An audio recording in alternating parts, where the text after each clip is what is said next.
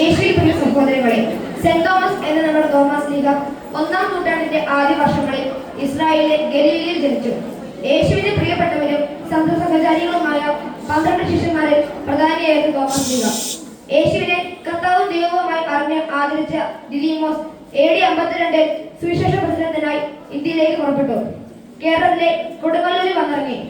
ഇന്ത്യയിലാകെ ക്രിസ്തു മതത്തിന് അടിത്തറയിട്ടു. ഇന്ത്യയിലെ സഭ ആദ്യകാലത്ത് മാർത്തോമാ ക്രിസ്ത്യാനികളുടെ സഭ എന്നാണ് അറിയപ്പെട്ടത്. തമിഴ്നാട്ടിലെ മദ്രാസിനടുത്തുള്ള മൈലാപ്പൂരിൽ AD 72 ഡിസംബർ 21 അദ്ദേഹം രക്തസാക്ഷിത്വം വരിച്ചു.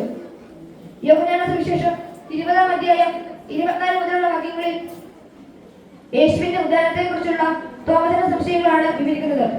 മറ്റു ശിഷ്യന്മാർ യേശുവിനെ കണ്ടു എന്ന് പറഞ്ഞപ്പോൾ തോമസ് ലീഗ പറഞ്ഞു, അവന്റെ കയ്യിൽ ആണികളുടെ പഴുതുകൾ ഞാൻ കാണുകയും അവയിൽ എന്റെ വിരലിടുകയും അവന്റെ പാർശ്വത്തിൽ എന്റെ കൈകൾ വയ്ക്കുകയും ചെയ്താലല്ലാതെ ഞാൻ വിശ്വസിക്കുകയില്ല. യേശുവിനെ കാണാൻ കഴിയാത്ത കടുത്ത നിരാശയാണ് തോമസിനെ കൊണ്ട് ഇങ്ങനെ പറയിപ്പിച്ചത്. എന്നാൽ യേശുവിനെ കണ്ടപ്പോൾ തോമസ് ലീഗ ഇപ്രകാരം പറഞ്ഞു, എന്റെ കർത്താവേ, എന്റെ ദൈവമേ. ഒരു ക്രിസ്തു ശിഷ്യന്റെ ഏറ്റവും വലിയ വിശ്വാസ പ്രഘോഷണമാണിത്.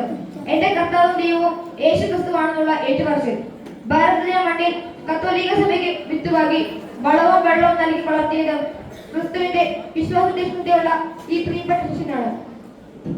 ഭരണാധികാരത്തിന് മുന്നിൽ കുതിരനായ മിശിഹായുടെ ബലത്തിൽ അദ്ദേഹം പിടിച്ചു നിന്നു. അന്യമതസ്ഥരുടെ പീഡനങ്ങളിൽ തളരാതെ നിന്ന് സുവിശേഷത്തിന് സാക്ഷ്യം വഹിച്ചു. യോഹന്നാന സുവിശേഷം 11-ാം അധ്യായത്തിൽ പറയുന്നത് പോലെ നമുക്കും അവരോടൊപ്പം പോയി മരിക്കാം എന്നത് തന്റെ രക്തസാക്ഷ്യത്തിലൂടെ അദ്ദേഹം വെളിവാക്കി.